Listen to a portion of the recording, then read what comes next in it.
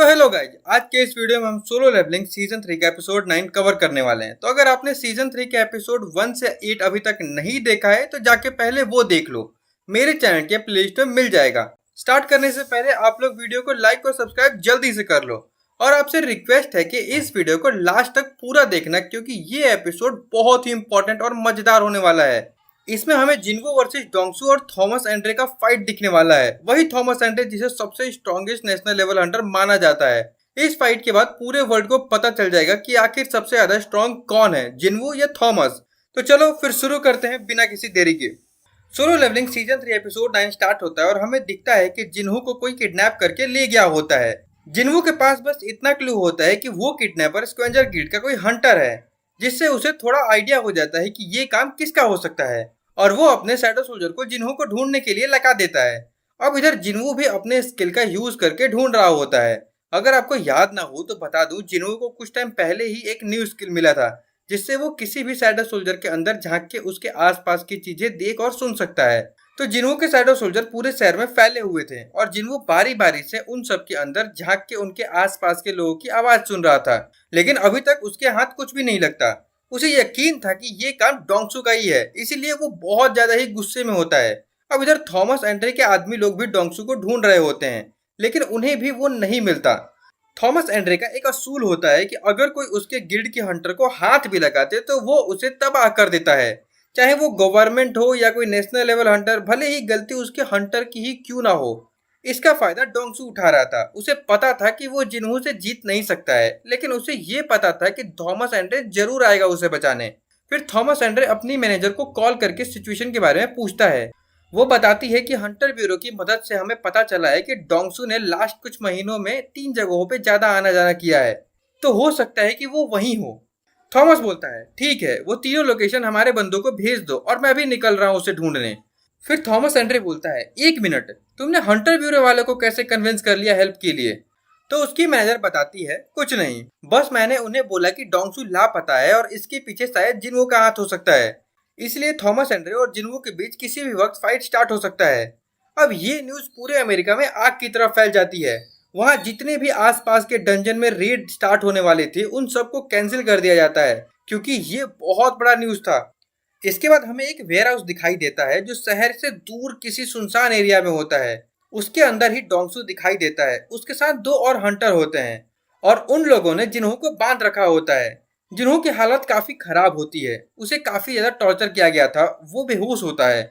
इधर डोंगसू बोल रहा होता है कि थॉमस एंड्रे ने मुझे जिन्हो को टच करने से मना किया था, बट स्टार्टिंग से ही मेरा प्लान जिन्हो को कुछ करना था ही नहीं, क्योंकि उसके अलावा एक और इंसान था जो उस डंजन में था। फिर वो लोग जिन्हो को उठाना शुरू करते हैं। जिन्हो बेहोश होता है तो डोंगसू उसके चेस्ट पे पंच मार के उसे उठा देता है और बोलता है, मैं तुम्हें मारना नहीं चाहता हूँ। मेरे पीछे जो ये चश्मे वाले हंटर हैं वो एक एस रैंक हीलर हैं, तो अगर तुम मरने वाले भी होगे तब भी वो तुम्हें हील कर सकते हैं अगर मैं ऑर्डर दूंगा तो। जिसका मतलब ये है कि अगर तुम हमें नहीं बताओगे जो हम जानना चाहते हैं तो तुम्हें बार बार हील करके टॉर्चर किया जाएगा हमेशा के लिए, और यहाँ कोई तुम्हें बचाने भी नहीं आने वाला, क्योंकि ये फैक्ट्री पिछले 5 सालों से बंद है। लेकिन जिन्हो की हालत इतनी खराब होने के बाद भी वो बिल्कुल नहीं डरता और वो डोंगसू को पास बुलाता है और उसके कान में बोलता है, फक ऑफ। डोंगसू गुस्से में पूछता है, क्या कहा तुमने? लेकिन जिन्हो फिर से फक ऑफ बोलता है और उन लोगों को मिडिल फिंगर भी दिखाता है। बता नहीं सकता ये वाला सीन देख करके मेरे को कितनी सेटिस्फेक्शन मिली है। भले ही इसके बाद जो होता है वो अच्छा नहीं होता बेचारे के साथ, लेकिन फिर भी मजा आ गया। फिलहाल आप लोग भी कमेंट में जरूर बताना कि आपको कैसा फील हुआ। फिर अब डोंगसू ये सुन के गुस्सा हो जाता है और जिन्हो का सर पकड़ के पास के दीवार में दे मारता है और बोलता है, तुम्हें ये मजाक लगता है? अब तुम देखो तुम्हारे साथ क्या क्या होता है, ये तो शुरुआत है बस। तभी वहाँ वेयरहाउस के गेट पे जिन्हो का एक शैडो सोल्जर आ जाता है। वो लोग जैसे ही उसे देखते हैं उन्हें लगता है कि ये कोई मॉन्स्टर है जो आसपास के किसी डंजन से आ गया है। जिसके बाद डोंगसू उसकी तरफ बढ़ने लगता है और बोलता है, मेरे पास इन सब चीजों के लिए टाइम नहीं है, और उसको पंच करने जा रहा होता है। तभी वहाँ एक्सचेंज वर्ड सुनाई देता है। इससे पहले कि कोई कुछ समझ पाता, डोंगसू को एक जोर का पंच लगता है और वो काफी दूर जा गिरता है और हमें दिखता है कि वहाँ जिन्हो आ चुका था और वो बहुत ज्यादा गुस्से में होता है। वो इतने गुस्से में होता है कि कोरिया में बैठे बैरू को भी उसका गुस्सा फील हो रहा होता है। इधर हमें थॉमस एंड्रे दिखाई देता है जो अपनी कार में बैठ के डोंगसू को ढूंढने निकल गया था। लेकिन उसे सेंस हो जाता है कि ये फाइट ऑलरेडी स्टार्ट हो चुकी है। इसीलिए वो अपनी कार से निकल जाता है क्योंकि कार काफी स्लो थी और वो खुद से उड़ते हुए जाने लगता है उनकी तरफ। इधर हमें दिखाई देता है कि जिन्वू जिन्हो को हीलिंग पोशन पिला रहा होता है, लेकिन वो भी काम नहीं करता क्योंकि जिन्हो का हेल्थ 10% से भी कम होता है। मतलब वो ऑलमोस्ट मरने की हालत में होता है। ये देख के जिन्हो और गुस्सा हो जाता है और वहां खड़े बाकी दोनों हंटर से पूछता है, तुम दोनों में से हीलर कौन है? लेकिन वो लोग बोलते हैं, हमें कोरियन लैंग्वेज नहीं आती। तभी पीछे से डोंगसू वापस उठ के आता है और अपने बंदों से बोलता है कि जिन्वू चाहता है कि तुम उस लड़के को हील करो। फिर डोंगसू जिन्वू से बोलता है कि इतनी भी क्या जल्दी है, हम लोग पहली बार तो मिल रहे हैं। जिन्वू बोलता है, फिलहाल वार्निंग दे रहा हूँ, जल्दी से हील कर दो। तभी वो चश्मे वाला हंटर बोलने लगता है, इसके लिए तो हमें हमारे बॉस से पूछना पड़ेगा। इतना बोल ही रहा होता है वो कि जिन्वू उसका सर पकड़ के उठा के दूर फेंक देता है और फिर वहां खड़े दूसरे हंटर से पूछता है, क्या तुम भी हीलर हो? लेकिन वो ऑलरेडी काफी डर चुका होता है। वो तुरंत माफी मांगने लगता है और बोलता है, डोंगसी ने मुझे ये सब करने के लिए बोला था। उसने बोला था कि इस जॉब का जिन्वू से कोई लेना देना नहीं होगा। लेकिन जिन्वू फिर से उससे पूछता है, तुम हीलर हो या नहीं? वो हंटर जैसे ही बोलता है, नहीं मैं हीलर नहीं हूँ, उसके अगले ही सेकंड जिन्वू उसे भी पकड़ के दूर फेंक देता है। तब तक डोंगसू जिन्वू के पास आ जाता है और पूछता है, तुमने ही ना मेरे भाई वोंग और उसके टीममेट को मारा था? जिन्वू बोलता है, तुम उससे ही जाके पूछ लेना जब उससे मिलोगे तो। इतना सुनते ही डोंगसू गुस्से में आ जाता है और जिन्वू को पंच करने के लिए आगे बढ़ता है।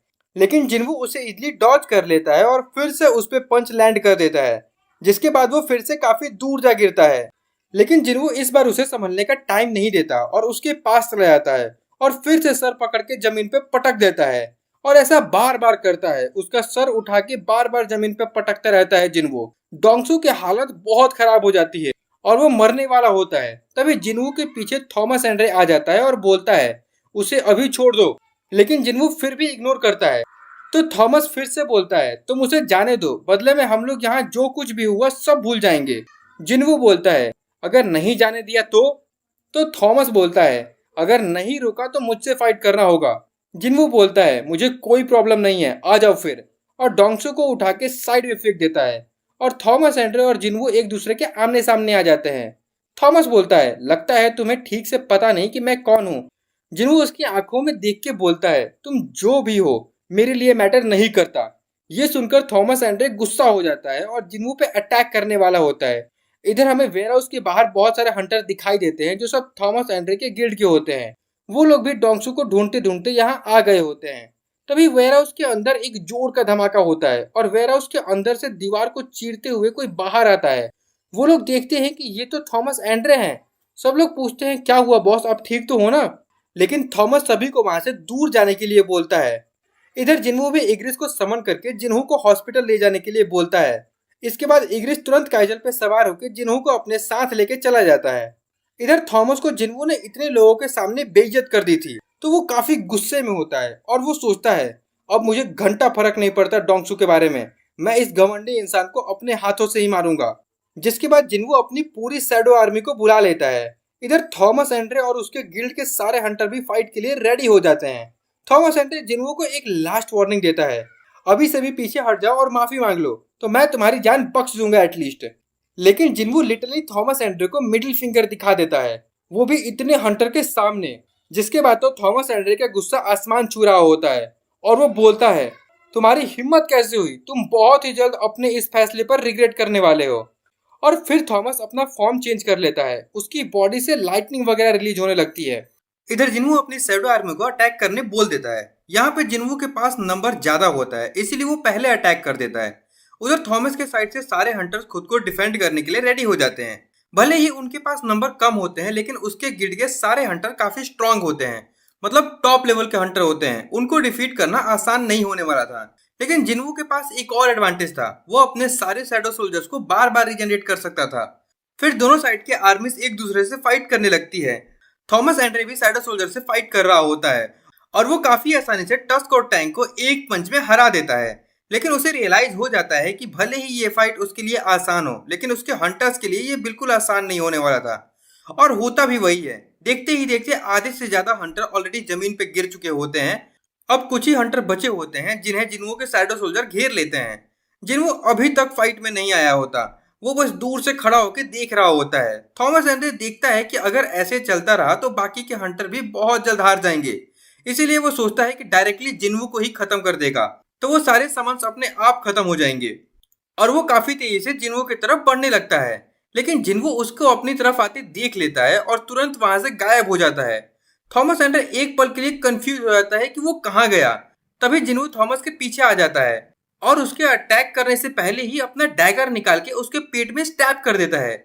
लेकिन वो हैरान हो जाता है ये देख के कि उसका डैगर से जरा सा स्क्रैच भी नहीं आया थॉमस को, जैसे उसका स्किन किसी सॉलिड आर्मर से बना हो। इसीलिए जिन्वू एक सेकंड के लिए डिस्ट्रैक्ट हो जाता है, जिसका फायदा उठा के थॉमस काउंटर पंच कर देता है और जिन्वू उड़ता हुआ दूर जा गिरता है। फिर थॉमस बोलता है, तुम्हें क्या लगा एक नेशनल लेवल हंटर को हराना इतना आसान रहेगा? उसके बाद थॉमस अपना एक पावर यूज करके जिन्वू को अपनी तरफ तेजी से पुल करने लगता है। जिन्वू को अपने बॉडी पर कंट्रोल नहीं होता और वो थॉमस की तरफ काफी तेजी से खींचा चला जाता है।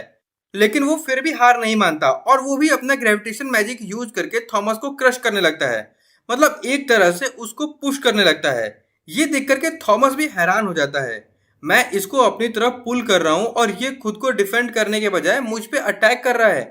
जिन्वू के इस अटैक की वजह से थॉमस अपना कंट्रोल कुछ देर के लिए खो देता है, जिसका फायदा उठाकर जिन्वू सीधा थॉमस के फेस पे पंच मार देता है और वो पंच इतना स्ट्रांग होता है कि थॉमस के मुंह से खून आ जाता है।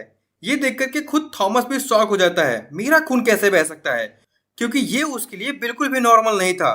फिर थॉमस बोलता है, ठीक है बहुत हो गया, अब मैं अब तुम्हें अंडर एस्टिमेट नहीं करने वाला, अब मैं अपनी फुल फोर्स के साथ फाइट करूंगा। जिसके बाद वो अपना पूरा फॉर्म चेंज कर लेता है। पहले तो उसका पूरा स्किन डार्क हो जाता है और धीरे धीरे उसकी बॉडी चमकने लगती है और फिर वो अपने फाइनल फॉर्म में आ जाता है। वो अपने पूरी बॉडी को सर से लेके पैर तक स्ट्रॉन्ग आर्मर से कवर कर लेता है। ये देखते ही जिन्हों को तुरंत कामिस की बात याद आती है। उसने बताया था कि इस वर्ल्ड में 4 हंटर को रूलर्स की पावर मिली है, तो वो सोचता है कहीं ये चारों नेशनल लेवल हंटर तो नहीं, क्योंकि थॉमस एंड्रे भी एक रूलर की तरह लग रहा है आर्मर में। जिन्हों ये सब सोच ही रहा होता है कि थॉमस तुरंत उस पर अटैक कर देता है। जिन्हों नोटिस करता है कि इस बार उसकी स्पीड और स्ट्रेंथ दोनों ही काफी ज्यादा बढ़ चुकी है। वो किसी तरह से डॉज कर लेता है, लेकिन थॉमस जिन्हों को संभलने का मौका नहीं देता और वो अपने पावर का यूज करके लिटरली एक ब्लैक होल क्रिएट कर देता है वहां, जिसमें जिन्वू के काफी सारे शैडो सोल्जर चले जाते हैं। लेकिन जिन्वू किसी तरह से बच जाता है अपने रूलर अथॉरिटी का स्किल यूज करके। मतलब आप समझ सकते हो कि थॉमस एंड्रे कितना स्ट्रांग है, ऐसे ही उसे वर्ल्ड का स्ट्रॉन्गेस्ट हंटर नहीं कहा जाता। इसके बाद थॉमस फिर से जिन्वू पर अटैक करने जाता है, लेकिन जिन्वू लिटरली थॉमस के फेस पर लात मार के ऊपर चला जाता है। थॉमस जिन्वू को हवा में ही पुल करना स्टार्ट कर देता है अपनी तरफ, लेकिन इस बार जिन्वू भी उसे पुश करने के बजाय उसको पुल करने लगता है। ये देख के थॉमस एंड्रे कंफ्यूज हो जाता है, मतलब दोनों एक दूसरे को अपनी तरफ खींच रहे होते हैं, जिसका मतलब ये था कि दोनों एक दूसरे से टकराने वाले थे। इसलिए दोनों एक दूसरे पे अटैक करने के लिए रेडी हो जाते हैं और दोनों का पंच एक साथ क्लैश हो जाता है और वहां एक बहुत बड़ा धमाका होता है। लेकिन इस अटैक की वजह से थॉमस का आर्मर टूटने लगता है और वो बहुत दूर जा गिरता है। जिन्वू फिर भी नहीं रुकता, वो थॉमस का पीछा करते हुए उसके पास जाता है और उस पर एक फिर से अटैक करने वाला होता है। लेकिन थॉमस नोटिस कर लेता है और तुरंत जिन्वू के पीछे आ जाता है और उस पर अटैक करने वाला होता है। लेकिन जिन्वू अपना तेज रिफ्लेक्स दिखाते हुए तुरंत पीछे मुड़ जाता है और थॉमस के आर्मर में जो 2 सिंग होते हैं उनको पकड़ के उसके फेस पे अपने नीचे अटैक कर देता है, जिसके वजह से उसका फेस वाला हेलमेट भी टूटने लगता है। इधर में दिखता है कि हंटर ब्यूरो के कुछ लोग आ चुके होते हैं ये फाइट रोकने के लिए। बेसिकली उनको लग रहा होता है कि थॉमस एंड्रे जीत रहा होगा फाइट और जिन्वू का बुरा हाल हो रहा होगा, इसीलिए कहीं थॉमस हंटर जिन्वू को जान से ना मार दे। ये सोच के उन लोगों को रोकने के लिए भेजा गया था। लेकिन यहाँ आके वो लोग देखते हैं कि सिचुएशन बिल्कुल उल्टा था। जिन्वू फाइट में डोमिनेट कर रहा होता है और थॉमस जमीन पे पड़ा होता है और जिन्वू उसके ऊपर चढ़ के कंटिन्यूसली पंच पे पंच मार रहा होता है। थॉमस को फाइट बैक करने का भी मौका नहीं मिल रहा होता। ये देख के उन लोगों के होश उड़ जाते हैं, उन्हें समझ नहीं आ रहा होता कि जिन्वू को कैसे रोका जाए, क्योंकि अगर वो लोग जल्दी कुछ नहीं करते तो थॉमस एंड्रे मर भी सकता था।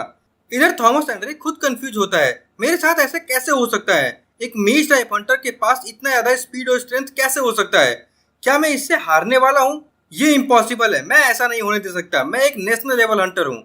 और वो बोलता है, मैं थॉमस एंड्रे हूँ, तुम ये सोचने की गलती मत करना कि तुम मुझे इतनी आसानी से हरा दोगे। फिर वो जिन्वू से कुछ डिस्टेंस क्रिएट करने की कोशिश करता है, लेकिन जिन्वू का स्पीड भी काफी ज्यादा होता है, वो आसानी से थॉमस की स्पीड मैच कर लेता है और फिर से जमीन पे पटक देता है। और बोलता है, जैसा कि मैंने पहले भी कहा, मुझे घंटा फर्क नहीं पड़ता कि तुम कौन हो। फिर वो थॉमस को एक के बाद एक पंच मारते जाता है। थॉमस का ऑलमोस्ट पूरा आर्मर जिन्वू ने तोड़ दिया था। तभी पीछे से हंटर ब्यूरो के जो लोग आए होते हैं वो जिन्वू को रुकने के लिए बोलते हैं, लेकिन जिन्वू उनकी बातें नहीं सुनता। वो बस मारते ही जा रहा होता है। थॉमस एंड्रे की हालत काफी खराब हो जाती है। वो भी समझ जाता है कि अब वो जिन्वू से नहीं जीत पाएगा और अगर ये फाइट ज्यादा देर तक चली तो वो सच में मर सकता है। इसलिए थॉमस बोलता है, मैं हार मानता हूँ। तब जाके फाइनली जिन्वू रुकता है। थॉमस की एक बात मुझे काफी अच्छा लगा कि उसे पता था कि वो जिन्वू से नहीं जीत पाएगा, लेकिन उसने अपना 100% दिया और उसने अपने ईगो को बीच में नहीं आने दिया कि मैं इतने लोगों के सामने हार गया तो लोग क्या सोचेंगे।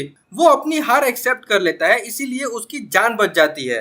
खैर, अब इसके बाद हंटर ब्यूरो के लोग थॉमस एंड्रे की हालत देखकर काफी हैरान होते हैं। किसने सोचा था कि थॉमस एंड्रे को इतनी बुरी तरीके से पीटा जा सकता है। अगर ये न्यूज पब्लिक में चली गई तो सब लोग पागल हो जाएंगे।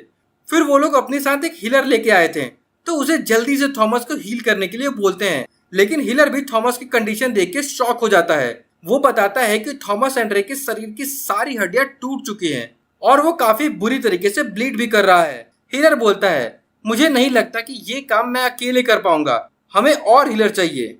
वो कहता है, थॉमस इतनी इंजरी के बाद भी अभी तक जिंदा है क्योंकि वो एक नेशनल लेवल हंटर है। अगर इसकी जगह कोई और होता तो अब तक से वो 10 बार मर चुका होता। फिर हंटर ब्यूरो वाले बाकी हंटर की भी हेल्प करते हैं जो जिन्वू के शैडो सोल्जर से फाइट किए थे।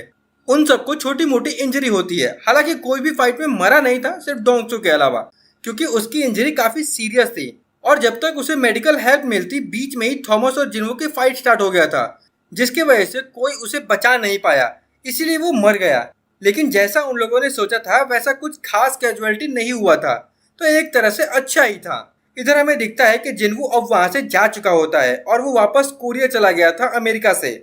उसने बैरू के साथ शैडो एक्सचेंज करके कोरिया आया था और बैरू को अमेरिका भेज दिया था जिन्हू को हील करने के लिए, क्योंकि जिन्हू की हालत काफी खराब थी और बैरू एक हीलर भी है।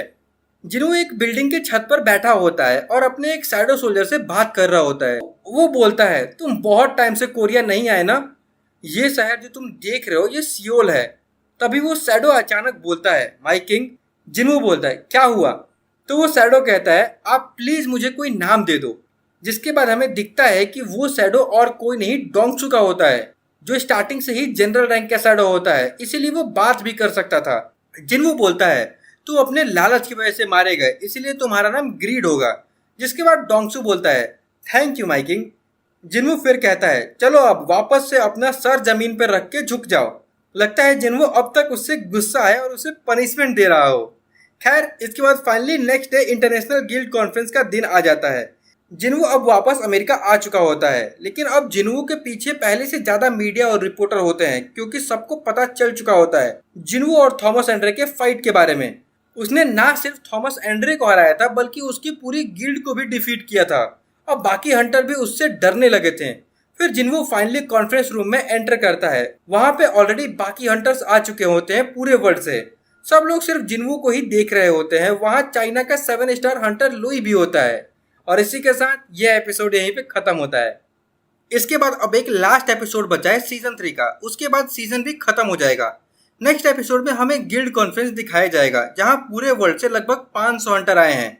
लेकिन जिन्हू का ऑरा सबसे ज्यादा होगा वहां, क्योंकि वो सबसे स्ट्रॉन्गेस्ट हंटर बन चुका है उस रूम का। और हाँ, इस कॉन्फ्रेंस में जिन्हू का फादर को क्रिमिनल घोषित किया जाएगा। तो क्या जिन्हू अपने आंखों के सामने ये सब होते देखेगा या फाइट करेगा, ये सब हमें नेक्स्ट एपिसोड में देखने मिलेगा। अगर आपको नेक्स्ट एपिसोड जल्दी से चाहिए तो इस वीडियो पे 2K लाइक और 300 कमेंट कर दो, क्योंकि सीजन 3 खत्म होने वाला है। तो अगर आपको कोई और एनिमे पे वीडियो चाहिए तो कमेंट पे जरूर बताना।